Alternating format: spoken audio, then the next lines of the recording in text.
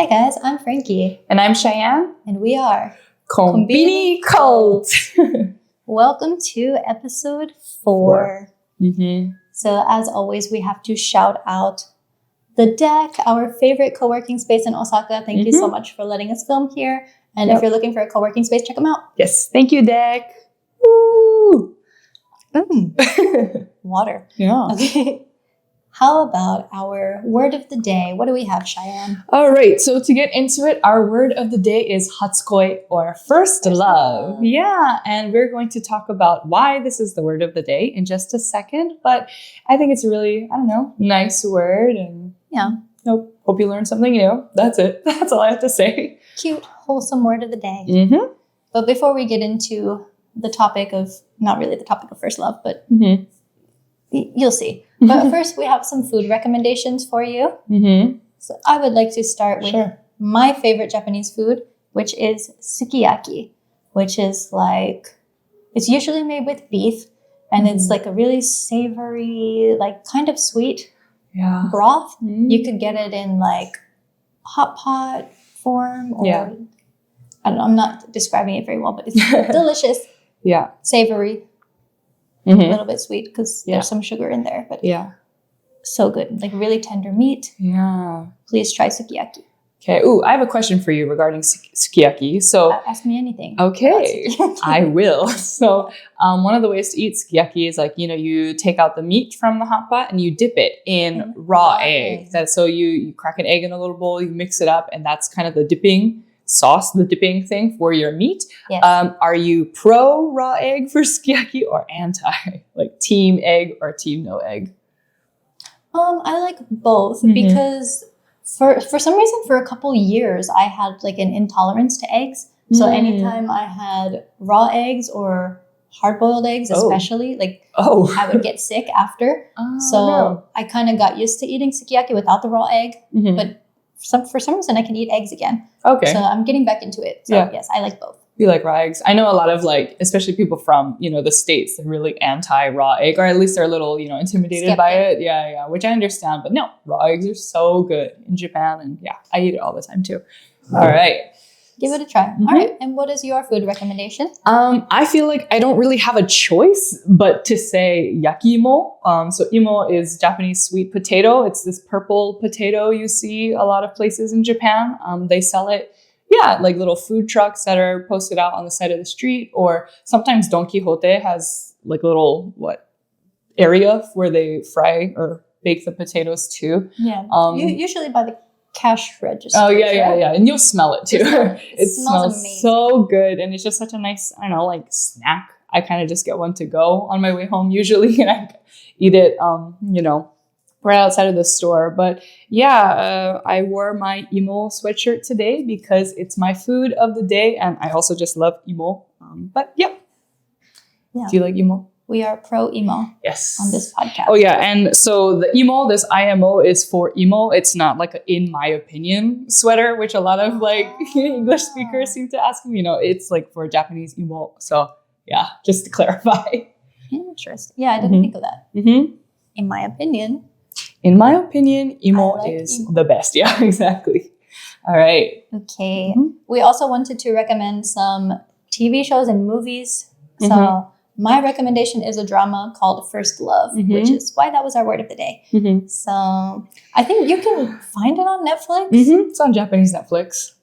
Yeah, I'm not sure if it's on the international Netflix. I would hope so. It's pretty big. It was like a big hit here. Very, very popular. It came out recently, so hopefully you'd be able to find that. Have you seen it? I have. I watched it all. I actually watched it together with my boyfriend, and we stayed up, all night just binging it and crying. Yeah, laughed a lot, cried a lot. It's one of those. It's really good. Like you can assume it's a love story, kind of. Yeah, some drama in there. Yeah, basically about high school sweethearts who get separated by circumstances and how they're and where their lives took them from there. And that's all we'll really mention without ruining it, I guess. Yeah, you should watch it. Yeah. It's very good. And a movie I would like to recommend is, I don't know how easy it's going to be to find it, but when I was living in New York City, every year they have a Japan film festival. Oh, okay. Japanese film festival. And one of the movies I watched at this time, it was called Forget Me Not. And basically there's this girl who one day, like every single person in her life starts to forget who she is. Oh.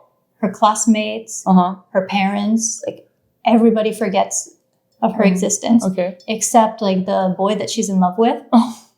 Okay. But yeah, is he gonna forget her too? Is he gonna remember her? Like, yeah, it's a very emotional story. So if you can find it, definitely watch it. I think I've never even heard of this movie. So does it take place kind of, in modern day? Like, it's pretty recent? Okay.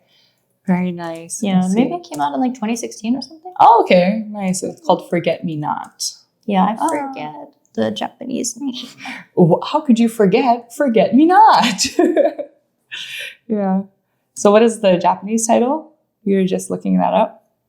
Wasurenai to... I wish I could read that.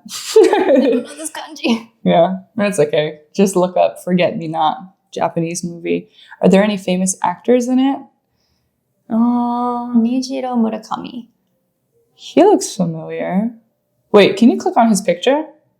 He was in Alice in Borderland. Oh, okay. Oh, yeah, I know him. All right, cool. Yes. Very fun. Yeah, I really like that movie. It's like an indie film. Yeah, I want to give it a watch for sure. Did you already mention why you recommended this movie? I'm going to come back to that. Okay, great. Sounds good. All right, so if we're going to move on, my recommended TV show or drama is called House of Ninja. I know it sounds really like nerdy. That's the English title of it. It's a Japanese made show. It's currently on Netflix. I'm so sorry. I forgot what the Japanese title is. But yeah, House of Ninja is just about this family. They were like their lineage or whatever, like way back from, when ninjas were still around. They've just been trained as ninjas their whole life. And now they're kind of these like secret ninjas employed by this ninja agency. God, it sounds so nerdy when I like talk about it, but it's kind of like suspense and crime. So there's some suspense in there, mystery, crime, and it's about, it takes place in like modern day, so 2024, when kind of integrating, those traditional like ninja skills, I guess, and how it would work in like modern society and stuff. So if you really like kind of thriller and like police crime or dramas like that, then I would give it a watch. It was pretty interesting. I went into it not really knowing what it was about. I was kind of like, House of Ninja sounds nerdy, but actually I really like it. So it is really fun. I think you could enjoy it even if you live outside of Japan too. Yeah, it's pretty cool. Where did you watch it? Netflix. Yeah, so you can watch it on Netflix Japan.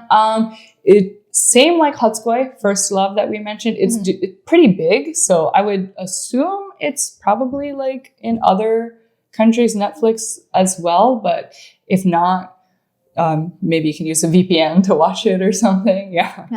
Okay. I'm gonna check it out. Yeah, please check it out. It's good. And how about your movie recommendation? Oh, so my movie is called Manbiki Kazoku, or the English title of it is called Shoplifters. This movie is pretty old. I would say like 2006 or 7 or so, kind of around that time.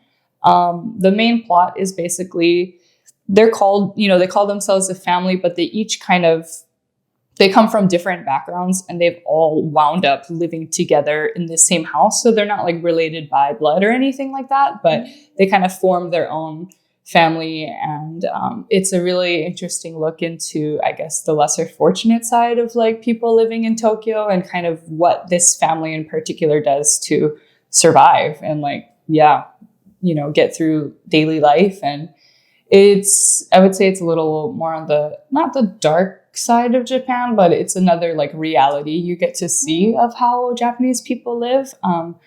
And yeah, it's really heartwarming. It is very like fukai, like deep, I would say. Yeah, so please look into that one too. I really recommend it. I think it won like a few awards as well. Okay. Yeah. That sounds like my kind of film. I like deep stories. Yeah, it is really good. I watch it like at least once or twice a year. Really? I kind of go back and like reanalyze it. Yeah. The first time I watched it, I wasn't like so good at Japanese, or like I wasn't really living in Japan at the time. And now that I've lived here for long enough and like, you know, understand more cultural like references and like kind of experience the daily life, it is a lot more relatable, I guess, in some aspects. So yeah, I think you really like it. Okay. I want to watch it too. Yes. Right.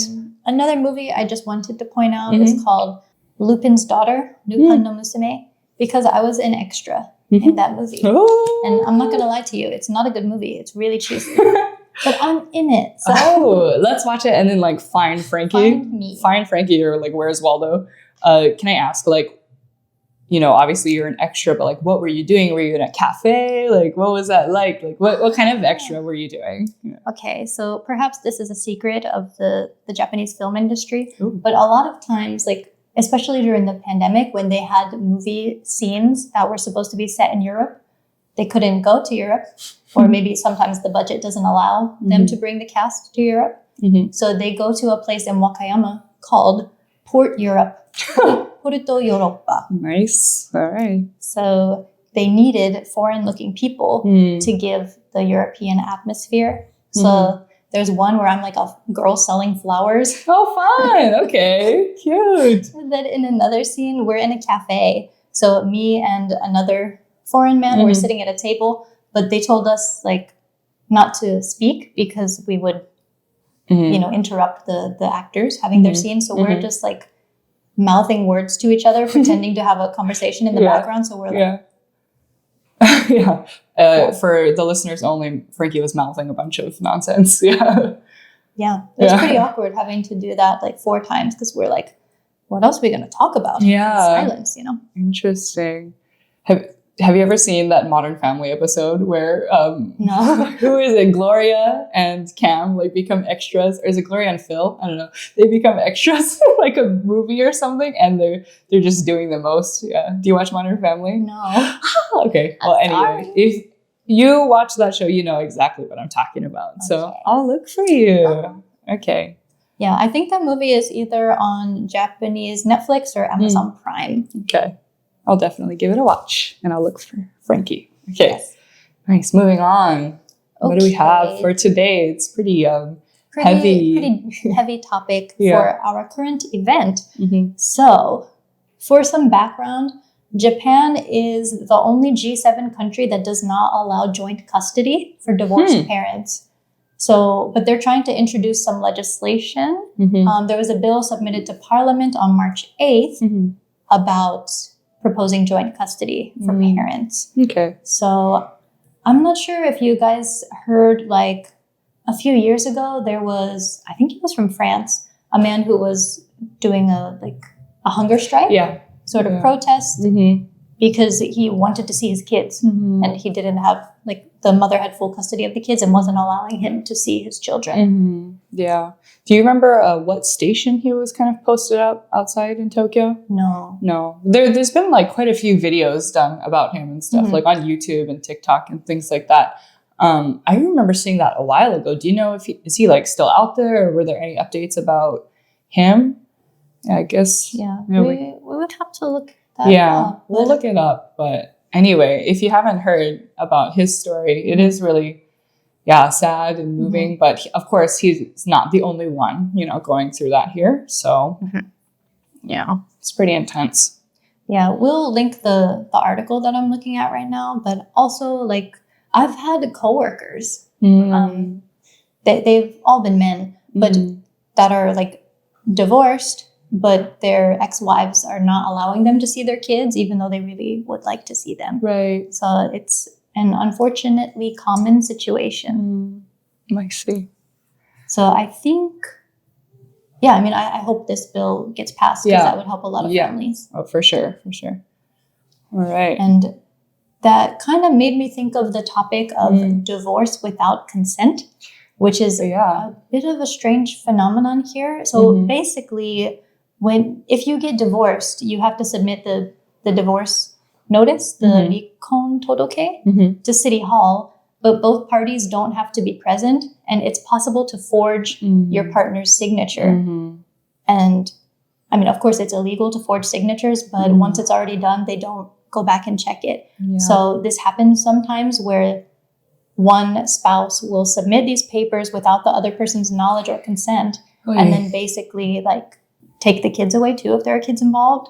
Or I mean, if you are a foreigner who is on a spouse visa, especially, like that is a pretty alarming situation, because you when you get divorced, you have like a 6-month grace period to change your visa, but like if you don't even know that you're divorced, like how does that work? Like, so you know, you get divorced without consent, and then I'm just curious to those partners, like who submitted the papers, do they just tell their partner like, well, I divorced you, so please move out? Like, I'm so curious how the rest of that process happens. Or what is to follow from that. Because like, if you didn't have not the courage, like if you didn't want to have that conversation about getting a divorce, you just went in secret and got the divorce, like how do you have that conversation telling them that they're divorced? Or like, does a lawyer come to you and like, you know, like, are you just officially separated and you are no longer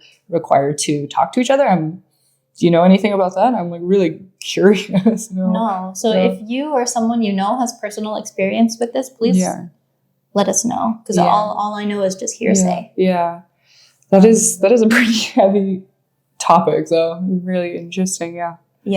But there is a form that you can fill out at City Hall. Like anybody can do it. It's called I think, Nikon Fujuri Toroke. So basically an anti-divorce without consent form. So if you sign this, you don't need to tell your partner that you're doing it, but you sign the paper, and basically once you submit that paper, they cannot submit divorce papers without you being present. So they can't divorce you without your consent. I think that is really important. Of course, you know, everyone is different, and the conditions of your relationship are not going to be, you know, the same as others. So if you have that conversation with your partner, please do so. If you're going to submit those papers, I would, as like a safety measure, I don't know, you never know what's going to happen, I guess, especially if like you are on that visa. This is like obviously specific to foreigners living in Japan, but that I had no idea about this really until today. So I'm just as shocked as you are if it's your first time hearing about it. I mean, the paperwork is free. So I would recommend, if you're married, like do the form just in case, because you never know. You don't want to be in a situation where this divorce without consent happens to you. So I would recommend filling out that form. And just on this topic, it's always so surprising to me how quickly you can get married here and how quickly you can get divorced. Funny, because it's the fastest paperwork you will do. Literally. Opening a bank account, maybe 3 hours. Getting on your phone. Divorce, 10 minutes. So that's so funny. That's so true. Well, and that also reminded me. So last year, I was riding a moped, and somebody in a car hit me because they were trying to pass me. I'm sorry for laughing, but okay. And then it was a Japanese lady who was bringing her daughter to kindergarten. So I mean, luckily I was not super hurt, but I did have to go to the hospital because I was really scraped up. And the lady felt bad, so she met me at the hospital later, and she was like, "Oh, I'm so sorry," and like also, maybe you would have difficulty with all like the paperwork at the hospital. It might be difficult to read the kanji, so like, can I help you with that? Oh, okay. I thought she was like gonna convince you not to go to the hospital or something like that. Like it's hard. You should just like go home. Yes, I thought that's where you're going. Sorry. Luckily, that did not happen. Okay, good. We had a lot of time as we were waiting at the hospital, and she started telling me about like her divorce. So she had her ex-husband was physically abusive and cheating a lot, so she left him. And they have a daughter who was 5 at the time. I guess she's around 6 now. But Yeah, she has full custody of her daughter, but like she still wanted her husband to have a relationship with the daughter and like child support money as well. So what she told me was basically like the court can say like you owe this amount of child support, but they don't enforce it. So if somebody doesn't want to pay it, they're not gonna follow up on it. So unfortunately, yeah, she was kind of on her own in the situation, but. Yeah. I mean, props to her for leaving a bad relationship. Yeah. And I just want to backtrack too, because we were talking a lot of like, wow, how like shady it is to go divorce someone without their consent. But of course, in cases like that where like your safety is in danger or you are in, you know, one of those relationships that you need to get out of like right away, of course, I think that system can be very useful, you know? Yeah. Something else interesting that she told me was, so in Japan, after you get divorced and like you want to get remarried, a man could get remarried the next day. But how long do you think women have to wait to get remarried? I don't want to guess. I want to say 6 months or like 2 years. What? It's 6 months. Oh my God. Women cannot get remarried for 6 months after a divorce. Because she told me her ex-husband got remarried like Don't say like within the week. Oh my God. Okay. What a great guy. Yeah. All right. Do you know, I mean, I'm going to just assume because when that law was made, you know, it's pretty archaic times and Japan can be very behind in systems, you know, like that. So was that just the main reason they were like, man, okay, women, no, you know? They say it's something about like, if she is pregnant, and like something about the father. Okay. All right. Okay. Also, the joint custody thing is a 126-year-old law.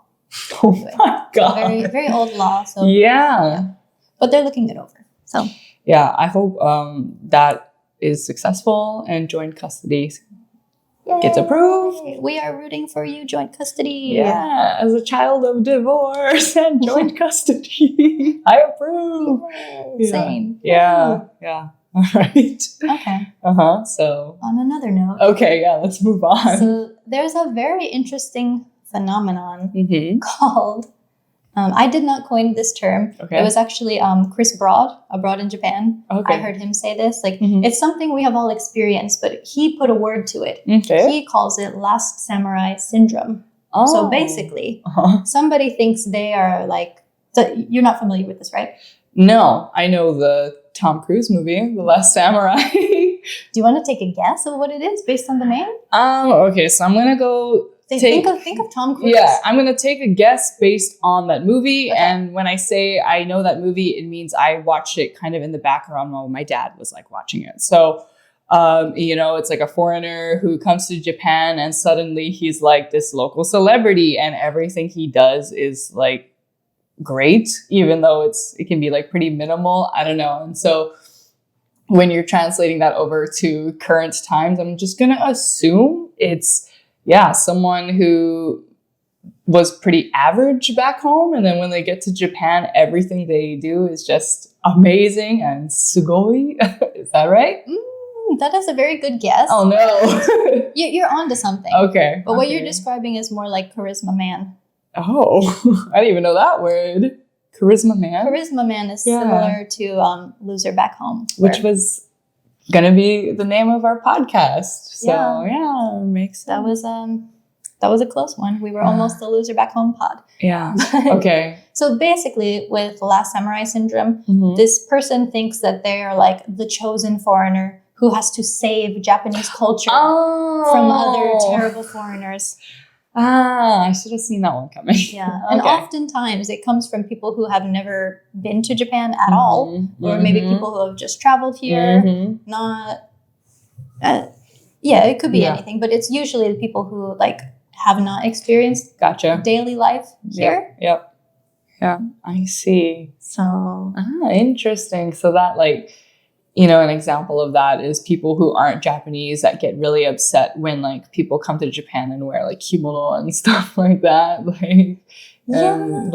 I mean that, or well, what's another, I guess, example of someone feeling like they should be a savior of Japanese culture? Like, do you have a solid example?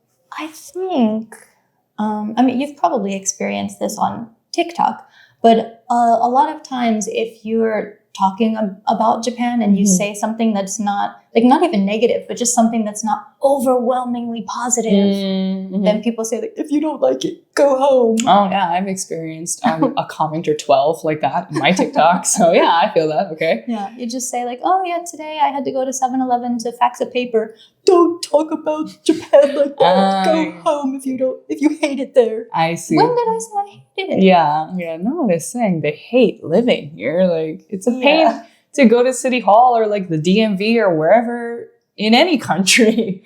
I see. Yeah, that kind of thing. I was on TikTok the other day and somebody was talking about how, like, statistically, Okinawa is the poorest prefecture. Do you want to know a fun fact? I studied abroad with that girl. I know her. Really? Yeah. Really? Yeah. So we actually haven't spoken since our study abroad days. But yeah, she was like an acquaintance during study abroad. So Crystal, hi. If you ever see this, yeah, I know her. I didn't know that. I thought it was so interesting. Yeah. I mean, it was really great information. And if you know what video we're talking about, I really hope you watched like past the first 10 seconds before like making a judgment on it. There was a lot of like insane reactions to it, I feel like. Because she was talking about like she's part of a volunteer organization, right? Yeah. So I'm not too familiar with like what she is doing or has been doing in Okinawa for this whole time. I know she's like a business owner and she really promotes, like, you know, Okinawan culture and like things like that. But sorry, I interrupted you. But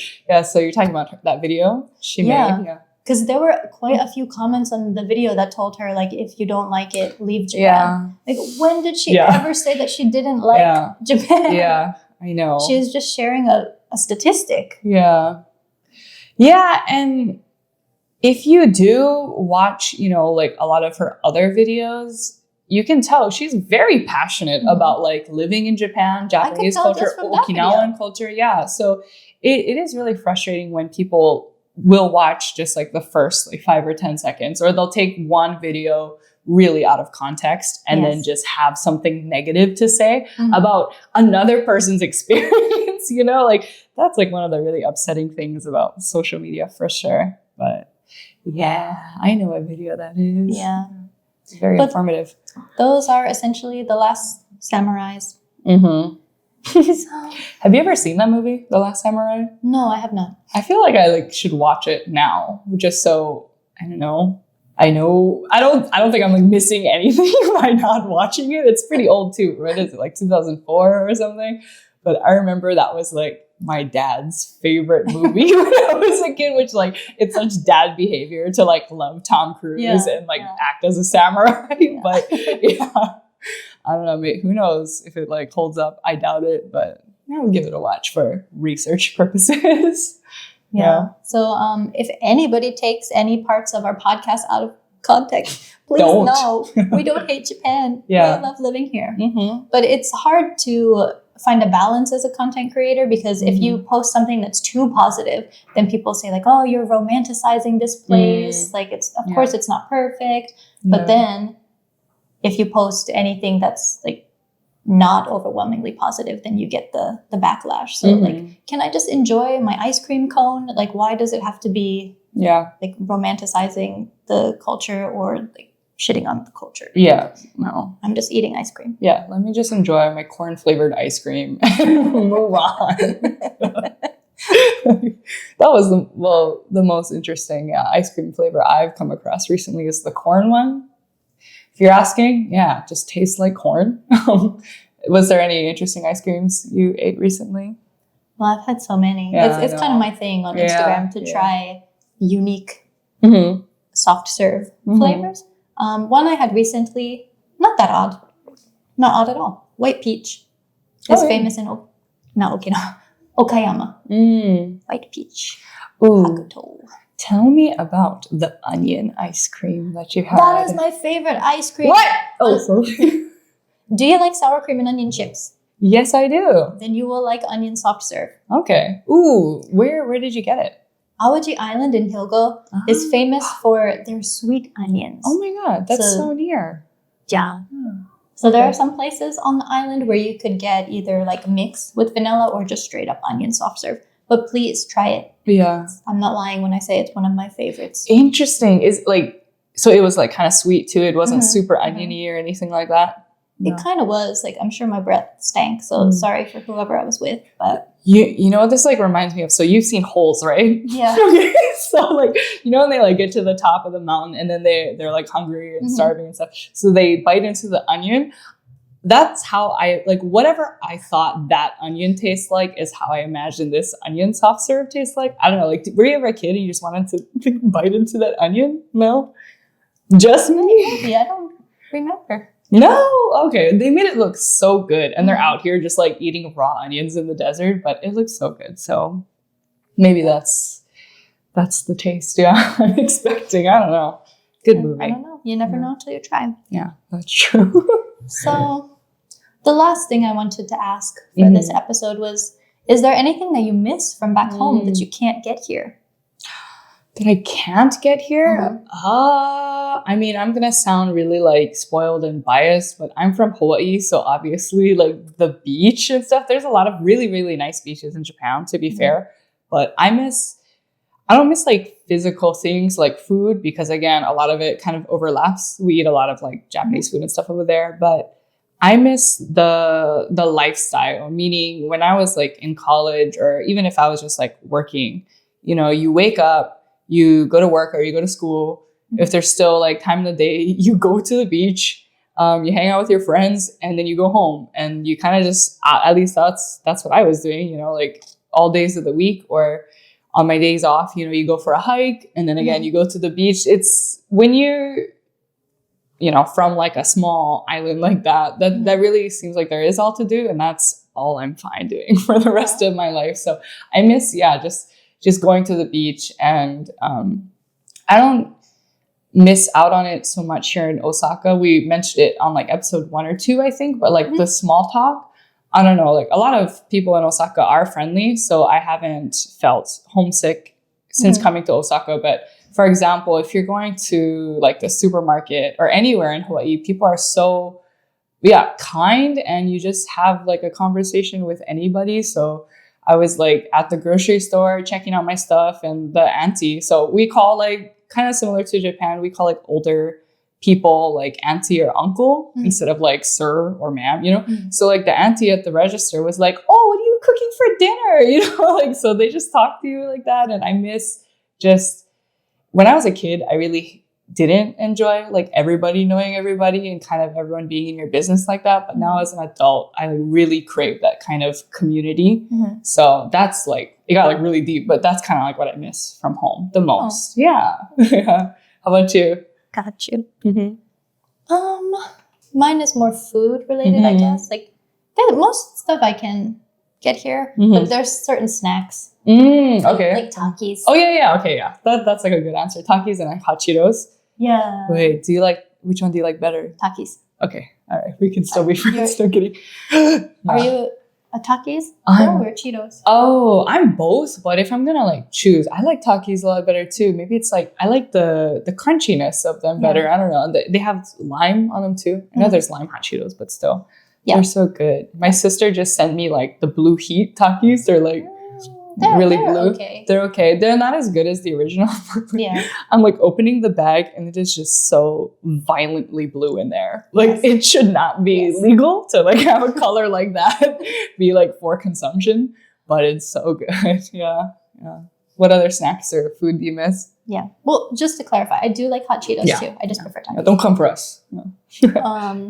Just the variety of bread and hot sauce. Yeah. That's true. The hot sauce you can most commonly find is Tabasco, unless you go to Caldi Farm, and you could get like habanero. There's buffalo sauce. Ooh, at my local Caldi. If you want some, let me know. Yeah. Or you can get Cholula. There's like habanero sauce too, or sriracha. That's like where you buy. Yeah. I do miss stuff like that, like food wise, like, whenever my mom sends me a care package from the States, I always just tell her, like, just put Cheetos and Takis in there. Yeah. I sound like a hot Cheetos girl, but like, yeah, that's all I really ask for. Oh, do you know, does the American base in Japan have snacks like that? Like, do they have Takis or hot Cheetos and things like that? I think they do, but I don't know anybody who has access to a base. Do you? I will. Wait, maybe I do. I should ask her. Yeah. Because I also need like my headache medicine is Excedrin for migraine. Okay. So the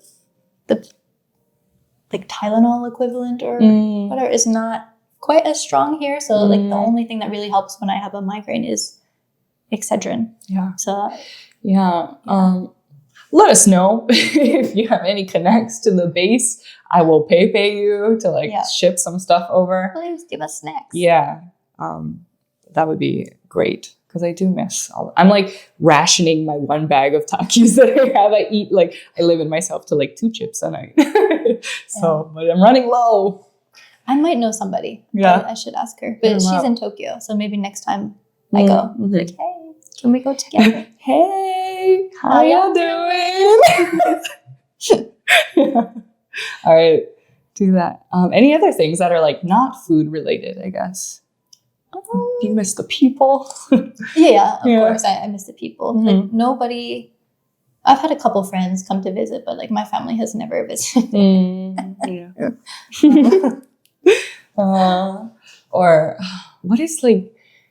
This is gonna sound like the most American thing ever, but we also don't have it in Hawaii, so it's kind of like this treat that I get when I go visit the mainland or the continental U.S. Is like things like Sonic and like Cracker Barrel, all those like really trash like fast food places, because we don't have them like where I grew up. So yeah, when the first time I like went to a Sonic and they're like coming out on like roller skates or something, I was like, what is this? Or the fact that you just kind of sit in your car and eat, or you go to the drive-thru and then like that is the activity of the day. Hanging out with your friends is like going to get food, but you're doing it in your car. Like I kind of miss like the small things like that. I don't know. Yeah. I guess you can eat in the car in Japan too, but it's not as like, I don't know. We can make that happen. Yeah. If you want a car food adventure, let's go. Yeah. That's like the most American example I can think of. Yeah. Yeah. But overall, like, I've made a pretty good life here, so I'm happy. Yeah. And for me, Hawaii and Japan are not only close, like, physically, there's a lot of like cultural overlap too. So I am very grateful to like, experience both. I think it's been good so far, but I haven't gone back since before COVID, like 2019. Yeah, same. Yeah, so I'm ready to go back just for a visit. I went to San Francisco last year, like in October, and that was the reverse culture shock. That was insane. So I'm ready to go, back home to Hawaii and see my family over there too. Yeah. Yeah, I might try to go home this year as well. But because of the weekend, the flight's so expensive. Dude, it's crazy. Like, I think I also have family in Tennessee, which is like where I plan to fly this summer. And I think it's like $2,000 or something like that. Wow. Yeah, it's pretty nuts. Even when I went before COVID, it was still like maybe, I don't know, 1,000, 1,500 maybe, but geez, it just seems so much more expensive. And then knowing like how much things cost when you get there too. Like you said, the weekends. I'm not looking forward to like doing those finances, I guess. Yeah.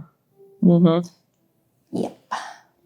Yeah. All right. Well, that's all I have for today. Okay. Yeah. Thank you for listening. I know this episode was kind of like a heavier topic, I would say, but it's still very important news. So we kind of try our best to keep up with the news here. Frankie always prepares a lovely, up-to-date article, something we could kind of share with you and keep up with. So yeah, thank you for preparing that. I learned a lot of new things today. No problem. Yeah. All right. Well, in that case, that's all we have. So we'll see you next time. Thank you for listening and watching. Bye.